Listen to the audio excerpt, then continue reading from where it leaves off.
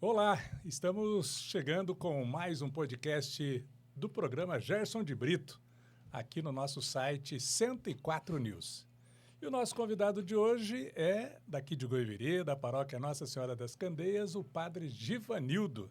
Padre Givanildo que chega aqui para cumprimentar a gente e falar aí, fazer a sua saudação a todos os nossos internautas. Olá, padre. Olá, Gerson. Prazer estar novamente contigo. Que bom poder bater um papo, conversar um pouquinho, trocar umas ideias. Sempre é um prazer estar contigo. Então tá certo, padre. Eu quero que, primeiramente, o padre Givanildo fala para a gente aí sobre o padre Givanildo. Tem quantos anos, padre? De idade, 49. 49. Nasci em 1979. Aliás, 76. Estou trocando. 76. Dia 9 de setembro. Então, completei 49 anos e 20 anos de padre. 20 Dia anos 3 de padre. de abril, completei 20 anos de sacerdote. E o padre nasceu onde? Minha família é de uma comunidade rural de Luisiânia chamada Serra Molhada. Serra Molhada. E aí cresci no sítio, mas pertence à cidade de Luisiânia. Então, eu cresci, basicamente, até meus 17 anos de idade, no sítio, né, ajudando meus pais. Depois fui para o seminário, onde permaneci lá por 8, 9 anos. E fiz toda a formação de filosofia, teologia. Depois fui ordenado diácono e depois padre, né? Então, já faz um bom tempo que eu saí do sítio, da comunidade onde moravam meus pais. Hoje eles não moram, temos o sítio, mas não moramos no sítio, né? Meus pais não moram mais, moram na cidade, Mora na pequena cidade de Luisiânia. Cidade de Luisiânia. Luisiânia. É aqui na nossa região de Campo próximo Mourão, né? de Campo Próximo. Mourão. Exato. Padre, você disse que saiu do sítio lá com 17 anos? 17 anos. E foi lá que despertou essa vocação para ser padre? Isso. Desde cedo, a minha família sempre participou da comunidade rural, né? Tinha sempre celebração da missa, uma vez por mês. Tinha a catequista, que sempre falava muito de vocação. Eu sempre falo que na catequese, junto com a minha catequista, que brotou o desejo de conhecer, saber um pouco sobre o sacerdócio, sobre a vida do padre, sobre o seminário, que eu não conhecia, né? E aí passou um tempo que surgiu esse desejo diante de um testemunho de um padre. Acho que você deve conhecer o padre Vitor de Almeida, que era do Santuário de Aparecida. Uma certa ocasião, eu ouvi o testemunho dele de 50 anos de sacerdócio. Isso mexeu, acho que florou ainda mais o desejo de conhecer o seminário, de conhecer a vida do padre, talvez de ser padre, porque a gente nunca tem certeza no começo se é isso mesmo, né? É um desejo de conhecer e vai amadurecendo, vai se descobrindo na vocação. E aí eu fui... E esse padre Vitor Coelho de Almeida, que é uma figura muito conhecida no Brasil, né? Com certeza, verdade, exatamente. O pessoal deve lembrar muito da consagração de Nossa Senhora Aparecida, 3 horas da tarde, nas rádios, principalmente na Rádio Aparecida, né? Exatamente. Tinha a consagração de Nossa Senhora Aparecida. O senhor sabia que o padre Vitor já esteve em Goiverê? Sim, fiquei sabendo. Alguém já comentou comigo, que já esteve aqui. Eu lembro bem dessa vinda do padre Vitor, que teve aqui em Goiverê, eu não lembro quantos anos, mas há muito tempo atrás, eu estava presente, era coroinha do padre também, e estava lá de frente à igreja, matriz Nossa Senhora das Candeias. Eu lembro, até comentei há poucos dias, padre, nós tivemos aquela peregrinação aqui na paróquia Nossa Senhora das Candeias, eu vi muita gente nessa cerimônia, né? Com certeza. E outra data que teve muita gente foi justamente nessa visita do padre Vitor Coelho de Almeida. São as 2 datas que eu lembro da multidão, né, que estava ali em volta da igreja, dentro da igreja, para a celebração. Foi um momento especial. Então, o padre Vitor tem importância na sua vida? Tem, com certeza, marcou. A catequista, em primeiro lugar, claro, a família, que sempre foi católica, sempre ajudou a gente a crescer na fé, na comunidade, na catequese, nas celebrações, mas o padre Vitor teve uma importância, acho que foi aquele momento que faltava, assim, é isso, né? E aí eu fui para o seminário, fiz estágio, e fui para o seminário e fiz todos os meus estudos, não tive dúvida que era essa a minha vocação. Legal, olha que bacana, padre. E o que te motiva a esse ministério, né? A essa vocação, a seguir nessa vocação, já completou 20 anos aí, padre. Tem uma frase que diz assim: vocação acertada, futuro feliz. Isso vale para o padre, isso vale para o matrimônio, isso vale para você que é radialista, né? Trabalha no rádio, na comunicação. Para todos nós, quando a gente se encontra na escolha e é feliz, essa é a grande motivação de servir, de se doar. O sentido do ministério do padre é doação, serviço, pregação, evangelização, cuidar das pessoas, né? Estar presente, levar o conforto espiritual. Os sacramentos que o padre confere são muitos, né? E é tão prazeroso poder conceder o batismo, conceder, por exemplo, o perdão dos pecados, que o padre tem essa faculdade de trazer o perdão através do sacramento da reconciliação, através da Eucaristia, tornar Jesus presente. Então, o padre tem um ministério muito amplo e, além do mais, administrar uma comunidade católica, né? Uma igreja. Também a parte administrativa é ossos do ofício do padre, né? E, com certeza, evangelizar, a questão pastoral, de conduzir a comunidade, estar junto com as pessoas, as enfermas, aos falecidos, né? Levar o conforto, a oração às pessoas que perdem um ente querido, né? Dar a unção do sacramento aos doentes, né? Então, essa missão vai preenchendo, dando sentido de servir, de se doar, de amar como Jesus amou, de perdoar como Jesus perdoou, né? Padre Givanildo, algum momento de dificuldade, alguma coisa que, de repente, fez você parar um pouco e falar, opa, eu estou no caminho certo, é isso?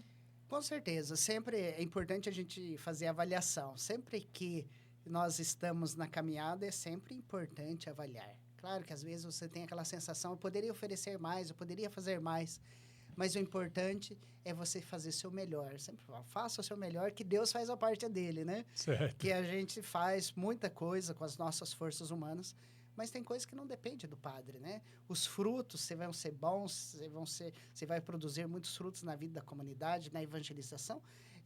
A missão do padre é semear a sementinha. Colher, talvez ele não colha, talvez ele semeia muitas sementes e o outro padre que vem depois vai colher, né? O trabalho, a missão, a evangelização na comunidade. Na vida pessoal, eu digo assim, eu tenho a minha família, tenho bons amigos, tenho muitos bons amigos padres, sempre fui próximo do bispo também, uma presença paterna, né? Um companheiro também que motiva, isso é importante. Na comunidade, o padre se encontrar, fazer da comunidade uma família, não se sentir só, não ficar isolado. E eu nunca tive esse problema de estar junto com as pessoas. Para mim é um prazer estar com as famílias. Eu sempre encontro nas comunidades pelas quais passei pessoas que me acolhem, que são parceiros, estamos juntos, né? No começo sempre é difícil. Para o padre que chega, para a comunidade que acolhe o novo padre, a mudança ela é sempre difícil. Mas com o tempo o padre se adapta, a comunidade se adapta e tudo se restabelece à normalidade. Eu sempre falo assim que as pessoas têm medo de duas coisas: da mudança, por menor que ela seja, e da morte, né, padre? Exatamente. São novidades, né? Talvez a mudança é sempre um desafio, sair do conforto, do comodismo, né? Eu sempre falo assim para os meus amigos padres, gente, é sempre difícil mudança, eu reconheço, mas é importante para o padre e para a comunidade. Quando você muda, são novos desafios, você sai do seu zona de conforto, porque depois de um tempo você acaba ficando mais confortável com as pessoas que ali estão, né, com a comunidade, você já sabe o que é bom, o que é ruim, o que gosta, o que não gosta. Quando você vai para um outro lugar, para uma outra comunidade, são novos desafios. Tem que aprender lá. E enriquece a vida do padre e a comunidade que recebe outro padre, outro sacerdote que traz também qualidades, dons diferentes, né? Isso enriquece a comunidade e o padre também. Tá certo. Agora, padre, você falou que saiu lá da sua comunidade com 17 anos, né? Já com uma vocação definida. Não é definida, né? Mas já encaminhada. Vamos com esse objetivo. Mas o processo de discernimento acontece no seminário, junto com o padre, tem uma equipe de formadores que ajuda você a trabalhar a vida espiritual, a vida intelectual, a vida comunitária, humana, afetiva, o relacionamento com as pessoas, a vida comunitária, porque lá você não pode ficar isolado, lá tudo é em comum. Os trabalhos, as atividades, muitas coisas nós fazemos aos momentos de oração, né? As confraternização. Então, você tem que sair do seu individualismo para viver o espírito de comunidade. Tá, E isso é trabalhado lá. Se você não vive essas dimensões, aí chega um momento que o reitor, o formador, pode chegar e falar assim, você não tem o perfil de ser padre, você não está conseguindo trilhar essas dimensões que são importantes na vida do sacerdote. Então, é um processo de discernimento. Você vai com esse objetivo, mas você vai fazer a caminhada e você só vai ter a confirmação de que o bispo estiver impondo a mão na cabeça do jovem lá, ordenando diácono e depois sacerdote. Essa é a confirmação. Essa é a confirmação. E eu quero já chegar nesse ponto. O que o senhor fala aí para os jovens que estão nos acompanhando através da internet, acompanhando aqui o nosso bate-papo aqui no 104 News? Olha, Gerson... Despertar a vocação nessa exato, juventude aí, padre. Exato. O mundo oferece muitas propostas, né? Mas Deus também tem uma proposta de felicidade, de realização, né? Que vale a pena, né? O jovem que escolhe, o padre que é feliz na sua vocação, que escolhe certo, futuro feliz, como eu dizia, que vale a pena, né? Ser padre é prazeroso, traz muitas realizações, né? E o padre se realiza na vida da comunidade. Tem desafios, tem dificuldades, tem, mas como aí fora, no mundo também tem muitas. Na vida da família tem grandes desafios, mas é uma vocação que vale a pena, que nós precisamos de jovens corajosos, determinados, que possam dizer sim à vocação, ao chamado de Deus. Não tenha medo, né? Eu digo assim, Deus chama. Se Deus chama, mesmo com as nossas dificuldades, com as nossas limitações, acreditar profundamente. Se Ele chama, Ele nos capacita, Ele capacita os escolhidos. Importante estar aberto a isso, né? Todo o processo formativo no seminário é um processo de discernimento, de amadurecimento. Então, você recebe toda uma base, o que talvez a gente aqui fora não tenha, no seminário oferece estudo, espiritualidade, né? Toda a dimensão de psicologia, a teologia. Então, a gente recebe muito na formação humana. Eu sempre falo que se o jovem vai para o seminário e não se torna padre, mas ele vai se tornar um bom cidadão. Tem tudo para sair de lá e ser um bom cristão e um bom cidadão na cidade, no mundo, onde que ele estiver, ele vai ser uma pessoa que vai trazer toda a bagagem do seminário, né? Eu tenho alguns amigos que saíram de casa para ir para o seminário, padre. Uhum. Ficaram lá um tempo e retornaram, não seguiram. Hoje tem famílias, continuam aqui na comunidade, ajudando inclusive na paróquia. Isso Sim. É bacana, né? Com Porque certeza. certamente essa pessoa teve uma formação lá no seminário. Isso, o seminário tem esse objetivo também de formar pessoas, cidadãos, bons cristãos, né? Ela colabora também nessa formação humana, afetiva e espiritual de muitos e muitos jovens. E a gente tem exemplo aí de jovens bem-sucedidos que passaram pelo seminário, né? Tem aparecido alguns jovens lá na paróquia, lá na sacristia, lá no escritório do padre, dizendo assim, padre, eu gostaria de ser padre. Nós estamos acompanhando pelo menos 3 jovens que têm o desejo, já fizeram estágio, estão fazendo acompanhamento, fazendo esse processo de discernimento vocacional e provavelmente ainda uns não têm a idade, outros já têm e provavelmente serão chamados, né? Aí a resposta dele, cabe a ele dizer que quer ou não, mas estão fazendo o processo de discernimento. Você falou que a sua família era uma família católica, e você foi criado nesse meio, né? Todo Exatamente. mês na missa, lá na comunidade rural. Era uma vez por mês. Uma vez por mês. E não eram muitas as vezes, né? Então, uma vez por mês. Se chovesse, já não teria. Já não teria. Mas tinha a celebração da palavra, que a minha catequista também era dirigente lá da comunidade. Ela não era ministra, mas era a dirigente do culto, da celebração da palavra. Então, a gente ia todo domingo. Mesmo não tendo a missa, a gente se participava lá. Agora, a família é importante, né, padre? A família também orienta para esse caminho, né? Exato.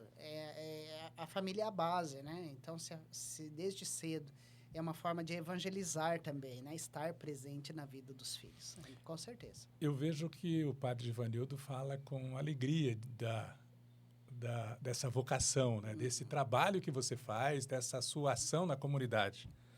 Para você, padre Givanildo, o que é felicidade na vida de um sacerdote? Felicidade, eu acredito que você estar bem naquilo que você se propõe a fazer, que é missão, você poder acolher bem as pessoas, você encontrar sentido naquilo que você faz, né? Felicidade é você poder dar um sorriso, né? Acolher bem, estar bem interiormente. Acho que a felicidade não está fora, mas está aqui dentro, né? E se nós somos felizes, a gente transmite isso no olhar, no sorriso, na acolhida com as pessoas, naquilo que você faz. Felicidade é estar bem, estar em paz, né? Em harmonia, feliz por aquilo que você realiza. Tá certo. Padre Givanildo, a preparação, né, esse momento de preparar para ser um padre, dá para a gente fazer uma relação com o momento que a igreja vai viver agora, né, que é o momento do advento. Sim. É o momento de preparação. Fala para a gente aí, Padre Givanildo, sobre esse momento que a igreja passa a viver aí por um período, depois da festa, né, do Cristo Rei, a gente começa aí a preparar para o Natal. Temos duas preparações durante o ano, né? Duas preparações importantes, que é o tempo da Quaresma, que nos preparamos para a Páscoa, e o Advento, que nós nos preparamos para o Natal. Então, o nascimento do Salvador, a vinda de Jesus e também a ressurreição de nosso Senhor, que passa pela paixão, morte e ressurreição. Então, as duas grandes festas da igreja e que nós somos chamados a nos preparar para celebrar bem é o Natal e a Páscoa. Claro que nós temos outras grandes festas, como Pentecostes, né? Ascensão, as festas marianas, temos muitas celebrações. Mas o Advento, que nós estamos nos aproximando, marca o início do ano litúrgico. É interessante. No ano civil, nós iniciamos o ano dia 1º de janeiro. Na liturgia, nós iniciamos o ciclo do ano litúrgico no Advento, na festa de Jesus Cristo, Rei do Universo. Então, ali marca um novo ano litúrgico. E é interessante, o ano litúrgico não é fechado, mas ele é uma forma de espiral, né? Ele começa ali pelo Advento, passa pelo Natal, depois passa pelo tempo comum, depois vem a Quaresma, depois vem a Páscoa, depois vem as festas de Ascensão, Pentecostes, entramos no tempo comum e vamos continuando, até chegar ao final do tempo comum, ao iniciarmos o Advento. Então, fecha o tempo comum na 37ª semana do tempo comum, com a festa de Jesus Cristo, Rei do Universo, e daí nós iniciamos um novo tempo. E o Advento são as 4 semanas que marcam a caminhada antes do Natal. São 4 domingos. Então, cada domingo a gente celebra aí um convite de conversão, de vigilância, de preparação, de alegria. Cada domingo tem um tema, uma palavrinha-chave que nos ajuda a viver esse tempo. Então, Advento significa espera, vigilância, preparação, né? É um tempo de abrirmos o nosso coração para conversão, para mudança de vida, para acolher o Senhor que vem. É um tempo de introspecção, assim como a Quaresma, né? De penitência, de oração, né? De revisão de vida, de olhar aquilo que não foi bom, de fazer um propósito para o próximo ano, né? Aquilo que você gostaria de mudar para celebrar melhor o Natal. Antes de seguir falando do Advento, Padre, você já comentou aqui, né, sobre o Padre Vítor Coelho de Almeida. Tem uma ligação muito forte com a padroeira do Brasil, Nossa Senhora Aparecida. Sim. Inclusive, tem um processo de canonização do Padre Vítor, né? Sim, sim. O senhor tem conhecimento como é que está esse processo? Está em análise. Sempre quando vai fazer a beatificação, precisa de um milagre, né? Depois um milagre para processo de canonização e santificação, né? Certo. Então, está nesse processo ainda, está caminhando. Está caminhando. Quem sabe teremos um santo, né? Vítor Coelho de Almeida. Qual que é a sua ligação com esse momento mariano? Já que você tem como inspirador, vamos dizer assim, né? O Padre Vítor, que é uma lembrança muito forte da Aparecida. Sim. A vida do padre não pode estar sem conexão com Maria, né? Nós somos... a vocação brota e modelo de vocação é Maria, né? Porque ela recebeu um chamado muito especial de Deus, de ser mãe de Jesus. E ela nos ensina a se colocar com prontidão e fé. Eis aqui a serva do Senhor, faça-se em mim segundo a tua palavra. E o sacerdote deve ter essa disposição de olhar como Maria se colocou diante de Deus e foi capaz mesmo, com medo, com dúvida, como posso, não sou digna de ser a mãe do Salvador, talvez não dou conta dessa missão, mas ela foi capaz de dizer, eis aqui, faça-se em mim segundo a tua palavra. E o sacerdote é esse, que responde ao chamado, ao convite. Então, essa comunhão de ter a coragem, de se colocar com prontidão, de responder com alegria ao chamado, como fez Maria, né? Maria também é o exemplo de como nós devemos viver o advento, né? Exato. Se preparar para poder receber o Senhor. Com certeza. E tem passagens, inclusive, de Maria saindo para o trabalho junto com a prima Isabel. Isso tudo leva ao momento de preparação, né, padre? Exato. Quando ela recebe o anúncio, ela vai visitar a prima, já de idade avançada, que também esperava o nascimento de um filho, né, João Batista. E quando há o encontro, a criança João, que Isabel, que está no ventre de Isabel, pula de alegria, né? Exulta, porque reconhece ali a mãe do Salvador, a presença de Deus, né? Então, Maria, ao visitar Isabel, leva a alegria, leva Jesus, né? Leva a presença de Deus. Então, esse encontro é feito assim no livro dos Evangelhos, traz lá o Magnífica. Maria que canta louvores, exalta a Deus pelas maravilhas que fez na sua vida e na vida de Isabel. Muito bonito o cântico que brota desse encontro. É ela que se coloca a caminho, a serviço, como você disse, e vai ao encontro da sua prima. O padre, quando se prepara para chegar, né, a ser ordenado padre, também tem alguma orientação sobre canto? Canto, música? Música? Não tem especificamente. Tem uns que conseguem se sobressair mais, né? Tem o dom da música. Mas, assim, claro, que no seminário a gente faz as celebrações, as orações próprias das horas e tem os salmos. Então, sempre a gente tem aqueles que puxam, os outros vão juntos, né? Às vezes tem aula de música, assim, de canto, da liturgia. No seminário menor a gente tinha o padre reitor, o padre Valdomiro, que ele era de Boa Esperança e veio a falecer no Covid. Foi o primeiro reitor. E sempre, antes das missas, ele fazia um ensaio. Ele pegava o violãozinho dele e ensaiava com todo mundo, né? Ensaiava os cânticos da missa. Então, ele tinha encontros que a gente ensaiava vários cânticos iniciais, do ato penitencial, o Glória, né? Vários cânticos das celebrações, a gente fazia um ensaio, todo mundo cantava.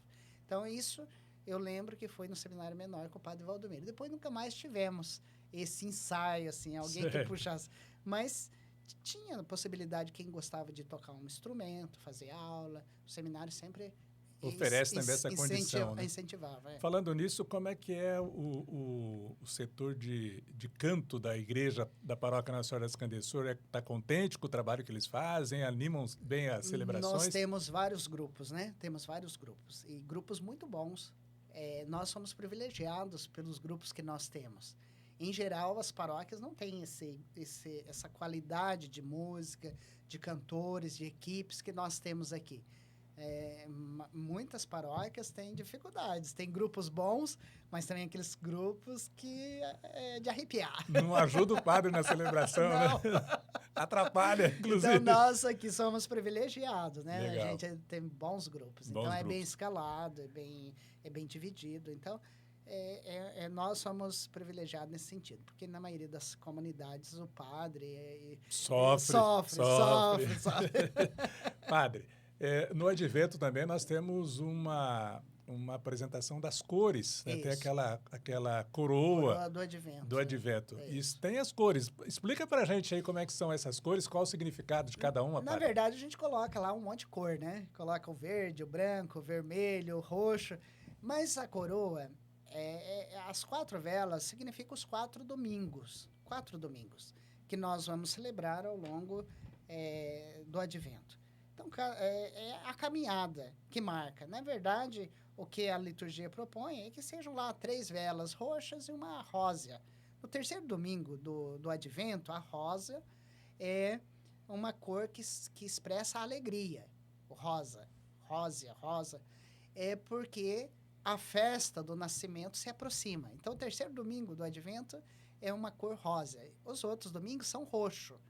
Então, pode-se fazer lá 3 velas roxas e uma rosa, né? Para marcar o domingo da alegria, a alegria que se aproxima. Ainda não é a alegria verdadeira, plena, que nós vamos celebrar no Natal, mas já a liturgia já nos prepara, já nos clama, já nos chama, nos convida a estarmos, né, de coração já alegres, porque a festa se aproxima. E daí, o quarto domingo do Advento normal. É um momento especial da igreja. Eu lembro bem, lá na minha infância, de que a minha família saía na vizinhança para fazer aquela novena do Natal.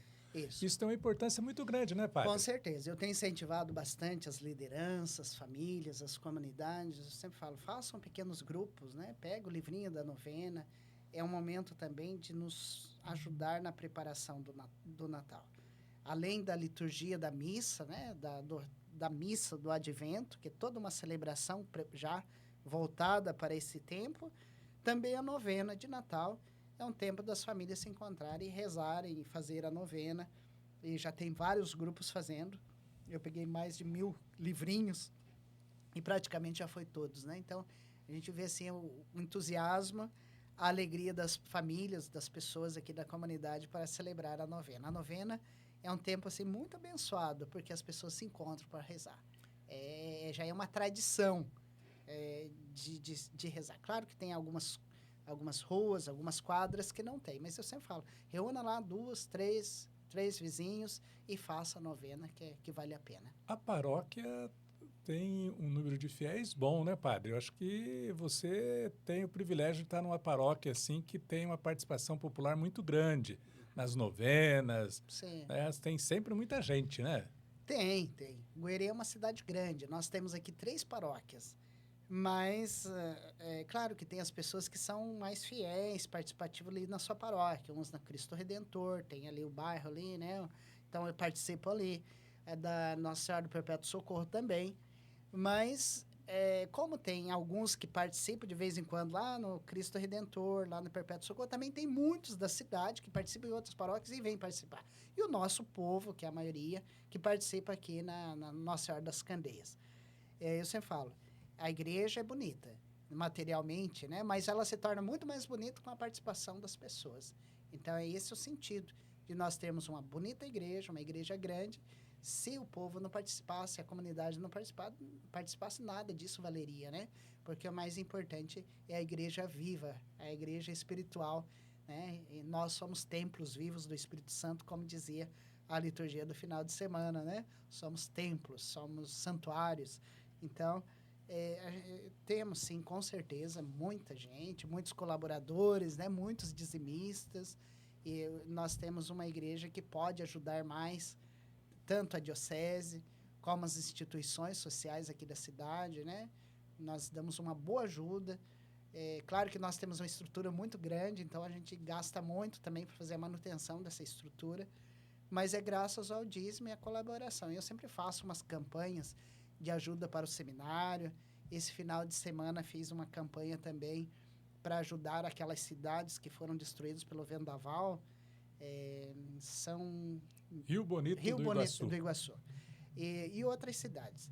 E assim, a comunidade participa muito, né? Então, gratidão, não só a participação de ir lá rezar, mas também a participação nos projetos, naquilo que a gente convoca a comunidade.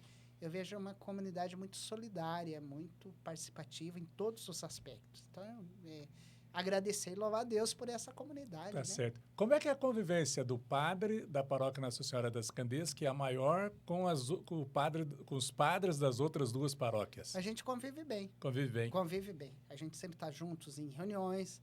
Às vezes marca uma reuniãozinha lá com o padre José, vou lá, ou se não, marco aqui, vem o José, vem o Sidney. Claro que cada padre, às vezes, a gente é mais próximo de um, de outro, né? Mas a gente se dá muito bem. O padre José é muito tranquilo, muito gente boa, o Sidney também mais quietinho, mas muito gente boa. Este ano de 2025, nós recebemos o Dom Evandro, nosso novo bispo. Exato. Como é que tem sido essa relação com o bispo, que chegou em agosto e está aí começando o seu trabalho na diocese? Muito boa. É uma pessoa muito animada, muito carismática, no sentido de acolher, de motivar, de incentivar. Uma pessoa muito dócil. Ontem estivemos lá em Campo Mourão com a Assembleia Diocesana, fizemos aqui a nossa Assembleia Paroquial na paróquia e fomos fazer a nossa Assembleia Diocesana lá com os padres, com os diáconos e com as lideranças. Foi muito boa mesmo a reunião e essa semana vai ser mudanças de padres, né? A princípio seria 20 e poucos padres. Ontem ele disse que vai ser 32 padres que serão transferidos das paróquias. Quarta-feira à tarde vai ser publicado, anúncio, né? vai ser anunciado pelas redes sociais as transferências dos novos padres. Então fique atento. Tá certo. Que vai sair lá.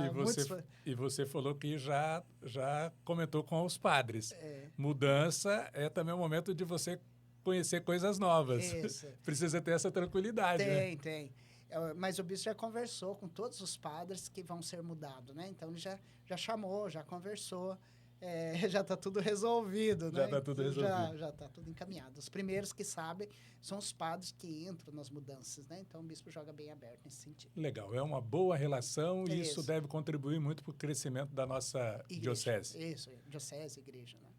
Esqueci de perguntar, o padre Divanildo está na lista dos que vão ser transferidos? Eu vou fazer 3 anos aqui, né? Eu estava no retiro em Umuarama, estavam os padres da diocese, o Dom Evandro, né? Eu me coloquei à disposição dele, dizendo, olha, o senhor está chegando, de repente o senhor quer fazer alguma mudança, o senhor fica à vontade, a igreja é sua, e o padre está a serviço do senhor, da igreja. Aí ele me disse que vai mudar somente aqueles que já venceu, porque o padre tem um tempo, né? São 6 anos. A provisão que o bispo dá são para 6 anos. Então, ele acha importante que o padre cumpra o tempo dele, porque 3 anos, 4 anos é quando o padre está mais adaptado à comunidade e a comunidade está mais adaptada ao padre. Então, ele falou, continue lá o seu trabalho até o fim, depois, quando chegar lá no final, a gente conversa. Tá certo. E você, como padre, está contente com a paróquia que você tem aqui? Estou super contente, Gerson. Claro que os desafios são maiores, né? Eu até brinquei com o Dom Evandro outro dia, eu falei, eu sempre trabalhei em comunidades menores, tá? Era tão feliz e não sabia, né? Não sabia. Mas uma forma de brincar e dizer, mas que os desafios são maiores, né? A exigência é maior, né, Gerson? Numa comunidade menor é tudo mais fácil, vamos dizer assim. Mas a gente também faz esse propósito de servir onde o bispo pede, né? Seja numa paróquia maior, menor, média, estamos ali para servir e fazer o melhor. Eu sempre falo, faça o melhor, depois avalia no final, né? Se foi bom, se poderia ter feito diferente ou não.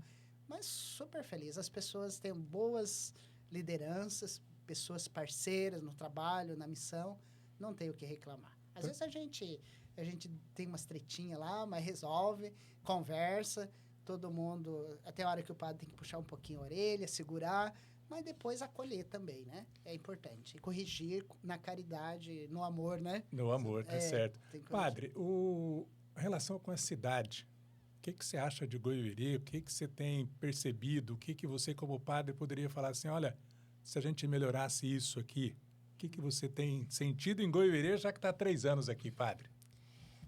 Eu acho assim, a Goiuerê é uma cidade acolhedora, uma cidade boa, eu acho assim, ela não perde nada com a cidade de Camorão. Ela, claro que é um pouco menor, mas uma cidade que está entre as maiores aqui da nossa diocese, né? Eu acho que o Ubiratã é a segunda. É a segunda. E o Ubiratã é a terceira. Agora, eu vejo uma diferença social muito grande. Nós estamos na região central, né? Se você desce 3, 4 ruas para baixo da igreja, você já vê uma realidade mais pobre, já uma diferença social muito grande. E a gente sabe que isso é sempre um desafio das nossas cidades, né? Esse olhar social em favor daquelas famílias mais carentes, né? A gente procura, a pastoral da criança procura cuidar um pouco, doar cestas, mas isso é sempre um desafio nas cidades, né? Às vezes a gente acha que está tudo bem, a nossa cidade é maravilhosa. É uma cidade maravilhosa, com certeza. Mas nós temos uma região que exige também de maiores cuidados, né? Sempre as regiões mais carentes, ali à beira do rio, né? À beira do rio, precisa ser cuidada, né? A gente sabe que ali tem situações muito vulneráveis, né? Situações de miséria, de pobreza, né? Então, claro, a igreja procura ajudar, auxiliar nesse sentido, mas é sempre uma necessidade, né? Da cidade sempre ter um olhar a essas famílias mais carentes. Padre, você como uma liderança da cidade, Como é que você vê a questão da relação com as drogas? Nós temos problemas sérios aí que devem ser enfrentados também, né, padre? Drogas e bebidas, né? Bebida, alcoolismo. Nós temos um trabalho aqui que o Fabiano, junto lá no Christman, tem toda uma equipe que procura auxiliar as famílias, né? Mas é uma luta, porque como evitar isso, né? Como trabalhar isso na vida das famílias, que destrói famílias, não é? E, às vezes, situações de jovens que se perdem e a gente vê que cai no mundo mesmo, né? Da miséria, perde a família já não suporta mais, alguns vão buscar ajuda, às vezes sai, não consegue se levantar, na primeira dificuldade cai. Então, acho que é um problema social a nível de Brasil, de mundo, né? É uma luta muito grande.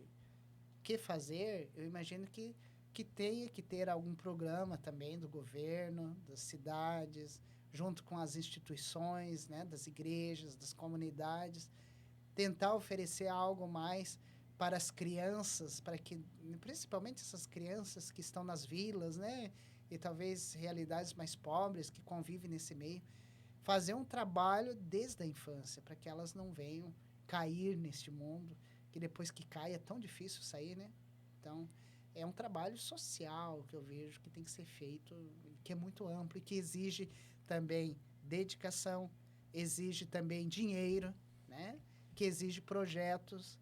Tem que ter um olhar especial. Se não tiver um olhar especial, vai continuar sempre assim. Tá certo. Agora, padre, eu queria saber também de você como que é a convivência com os pastores das igrejas evangélicas aqui em Goiânia. É boa essa relação? Como é que é? Sim, eu já tive a oportunidade de estar juntos, né? Alguns foram, a gente se encontrou, vieram na paróquia. Não fizemos nenhuma celebração ecumênica, nada assim, mas é uma relação amistosa, muito boa. Pelo menos com aqueles que eu encontrei, que a gente teve a oportunidade de estar juntos, conversar, foi ótimo. Estou sempre aberto para isso. E é também um chamado, pelo menos o Papa Francisco falava muito disso, né? Tem que viver a igreja com plenitude. Isso. E não pode se isolar só na igreja católica, né, padre? Nós temos uma celebração durante o ano chamado um momento ecumênico. E talvez seria importante resgatar essa data, né? De fazer uma celebração ecumênica junto com os pastores, de estar juntos, né? Conversar, promover. Alguém tem que ter uma iniciativa para se aproximar, chegar mais, né? E talvez se encontrar, tomar um café, conversar, dialogar. Acho que é isso que vai aproximar um pouco, né? Legal, tá bom. Padre, estamos então aí na expectativa de um advento, né? Advento. Já falamos aqui das celebrações, já falamos aqui dessa sua resposta, desse seu sim a Maria, né? Incentivado lá pela sua catequista. Tem boas catequistas aqui na paróquia, né, padre? Tem ótimas catequistas. Ótimas? Ah, ótimas legal. Catequistas. E elas são o braço direito do padre, né? Porque se o padre não consegue evangelizar as crianças, os jovens, os adultos, precisamos dos catequistas, né? Então, o Papa Francisco instituiu o Ministério do Catequista, né?